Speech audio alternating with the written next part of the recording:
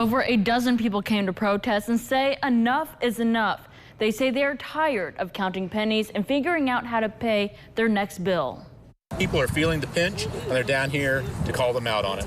After an abnormally hot month of July, CenterPoint customers voiced frustrations after a large spike on their utility bills. I think the CenterPoint situation is absolutely ridiculous. Laura Brown says she was shocked. Her July bill was almost 1.5 times more than it usually is due to a rate increase. I live by myself, and no change in usage, no anything. Brown and several others with similar stories stood outside CenterPoint, voicing concerns about how the spike is affecting the way they live. I'm tired of this. I'm tired of people taking my food out of my house.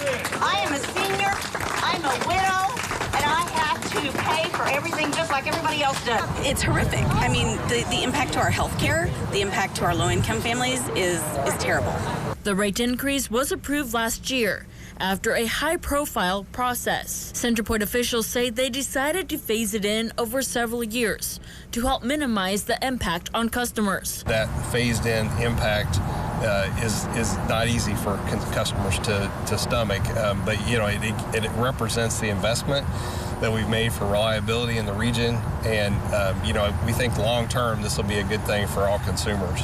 The company says this helps customers gradually adjust instead of dealing with one big increase, but some customers don't agree. No, phasing in rates does nothing but avoid some rate shock for about 6 months.